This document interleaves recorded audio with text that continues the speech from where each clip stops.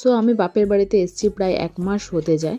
তো নেক্সট দিনই আমাদের কলকাতায় ফেরার ট্রেন আছে, তাই জন্য তার আগের দিন আমি, বাবা আর ছেলে 3 জনে মিলে একটুখানি আমাদের ওখানকার লোকাল মার্কেটে বেরিয়েছিলাম। তো বেরোনোর ওখানেই দেখলাম যে এক জায়গায় পুরো ফ্রেশ টাটকা শিঙ্গি মাছ বিক্রি হচ্ছে, আরও অনেক রকম মাছ ছিল, তার সাথে সবই জ্যান্ত মাছ। তো শিঙ্গি মাছ আমি উড়িষ্যা আসার পর থেকে একদিনও খাওয়া হয়নি, কোথাও বিক্রি হচ্ছে আমি তখনও দেখিনি। তো তাই জন্য আমরা কিছু শিঙ্গি মাছ নিয়েছিলাম।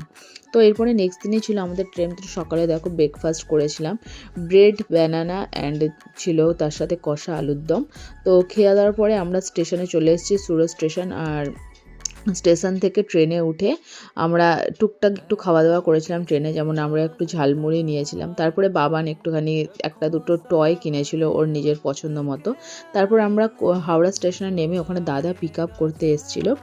তো আজকের ভিডিওটা এতটাই। ভিডিওটা ভালো লাগলে ভিডিওটা অবশ্যই একটা লাইক, শেয়ার, আমার চ্যানেলটা সাবস্ক্রাইব করো। বাই।